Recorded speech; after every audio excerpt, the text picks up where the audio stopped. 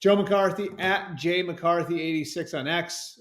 His question: do you think the team that drafts Travis Hunter will confirm their plans for him on draft night? Reason I ask is because they'll fill out their own draft card, specify position, or will they just say cornerback because that's what he worked out as? Joe, this is not this is not like a baseball player going into the Hall of Fame where he has to choose what sort of hat he's going to wear. I think they very easily, knowing what I know about these things, could say wide receiver, corner. I think they would want to do that just to make him happy. This is obviously a big moment for all these guys when they get drafted.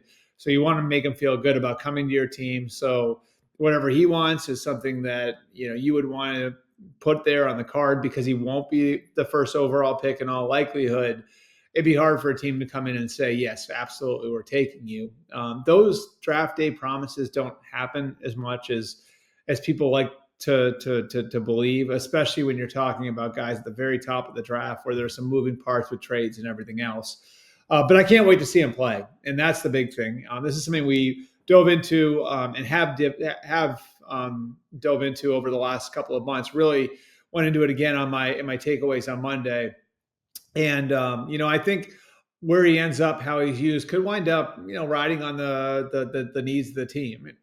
In other words, I think most teams would probably look at him as a corner first, just because logistically that's the easiest thing to do. It's the way he was used at Colorado, where he spent the bulk of his time Sunday through Friday preparing for Saturday games on defense. He met with the defensive backs. He met with the defensive squad. He practiced chiefly on defense. And the reason why is because when you're putting together a defensive game plan, a lot of it's reacting to what you see out there on offense. You don't dictate that. You can't figure out ahead of time. There's no way to really know what the other team's going to do. And so defensive players have to prepare for all of that.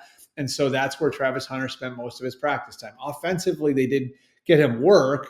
But for the most part, what they would do is they would put in packages for him. And there were more than just one or two. They put in packages for him so they could use him on a full-time basis. And when they needed to, they could signal routes in from the sideline to him. It was a way of making it work and getting him out there at all times. Because again, like the big question isn't whether or not he can do it on game day. It's how you allocate his time the rest of the week.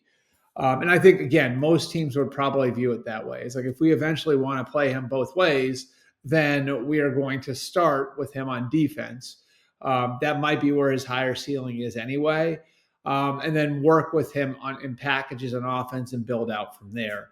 Now, there are teams that I think, if they were looking at him, one would be New England, might say, okay, like we have a need at receiver first. So maybe as a rookie, we'll have him focus at receiver.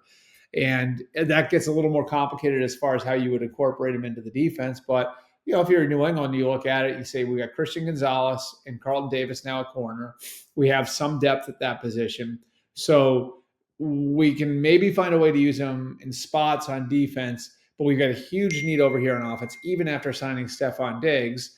And we want him to learn the offense, and we want to give Drake May a little something. So let's build him. Let's use him as an offensive player, as a rookie, and then we'll see if we can get him some work on defense during that first year. And then after a year and going into his second year in 2026, we can reassess and maybe reshuffle the deck. And that to me is what's so fascinating about Travis Hunter as a prospect in general.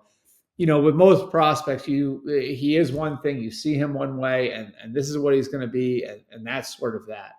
It's not the case with Travis Hunter. This isn't just all or nothing. It isn't just he is this or we struck out. You're going to get multiple cracks at getting this right if you draft him. So I can't wait to see what Travis Hunter becomes as a pro. I don't think he's going to get out of the top 4 picks.